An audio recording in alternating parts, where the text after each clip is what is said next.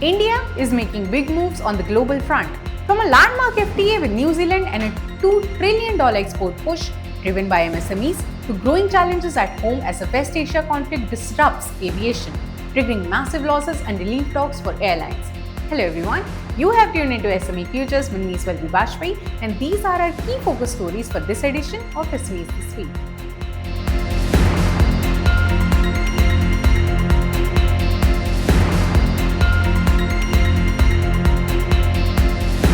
Let's start with India and New Zealand, who have signed a landmark free trade agreement on April 27, aimed at boosting trade, investment and mobility between the two countries. A key highlight of this deal is 100% duty-free access for all Indian exports to New Zealand, covering over 8,000 products, which gives a major push to sectors like textile, pharma, leather and engineering goods. The deal also includes a $20 billion investment commitment from New Zealand into India over the next 15 years, targeting sectors like infrastructure, tech, agriculture and renewable energy. On the mobility front, New Zealand will provide 5,000 work visas annually for Indian professionals, along with additional working holiday visas and easier post-study work rights for students. In return, India will reduce or eliminate tariffs on about 95% of New Zealand exports, including items like fruits, wine and industrial goods, while protecting sensitive sectors such as dairy and certain agriculture products. Overall, the pact aims to double bilateral trade, boost jobs and strengthen services and talent exchange and deepen Indo-Pacific economic ties. Moving on, Commerce Minister Piyush Goyal has set a bold target of $2 trillion in India's total exports by 2030-31, evenly split between goods and services.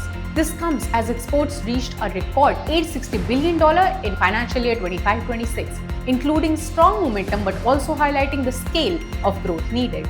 To get there, the government is implementing a sector-wise export strategy across key industries like engineering, electronics, textiles and pharma, alongside expanding FTAs to improve global market access.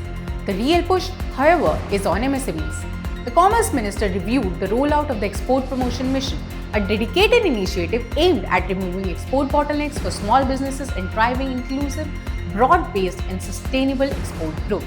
The mission operates through two key sub-schemes. Niryat Protsahan, focused on improving access to trade finance, a major hurdle for MSMEs. Niryat Disha, aimed at enhancing market access, helping smaller firms tap global demand. Along with this, initiatives like district export hubs, e-commerce enablement and simplified compliance are designed to bring more MSMEs into export ecosystem. There is also a strong push to integrate local producers into global value chains and build a stronger brand India identity. Amid escalating geopolitical tensions, specifically disrupting linked to the West Asia conflict, the Indian government is considering a 5,000 crore rupee relief package for airlines to cushion the financial stress on aviation sector.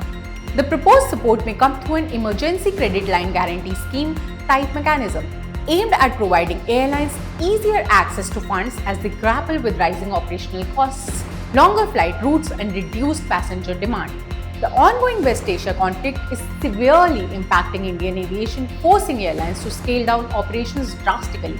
Industry estimates suggest a potential revenue hit of over 6,000 crore rupees, with more than 15,500 flights cancelled so far. Daily flight operations have plunged to just 50 to 55 flights, down from nearly 200 earlier, underscoring the magnitude of disruption across sectors.